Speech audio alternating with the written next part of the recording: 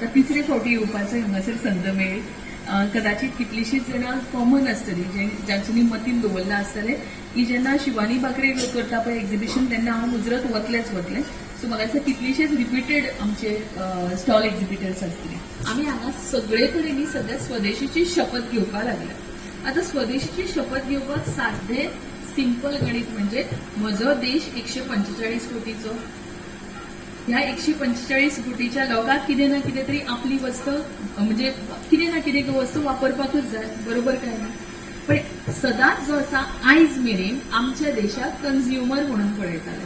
म्हणजे भायले प्रोडक्ट्स येतले आनी आमी ते कन्झ्युम करतले. पण तेच जर प्रोडक्ट्स म्हज्या देशान जर जावपाक लागले आनी म्हजे प्रोडक्ट्स जर हांव कन्झ्युम करपाक लागलो जाल्यार इकॉनॉमी कोणाची स्ट्रॉंग जातली? आमची स्ट्रॉंग जातली. आमकां आर्थीक सबलताय येतली.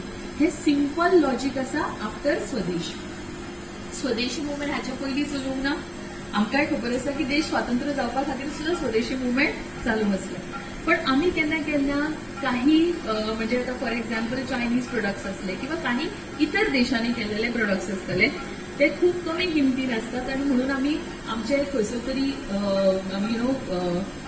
आमी खूप हाय रेट्स ऑफ शॉपिंग जाल्लेले आसा फॉर अननेसेसरी थिंग्स.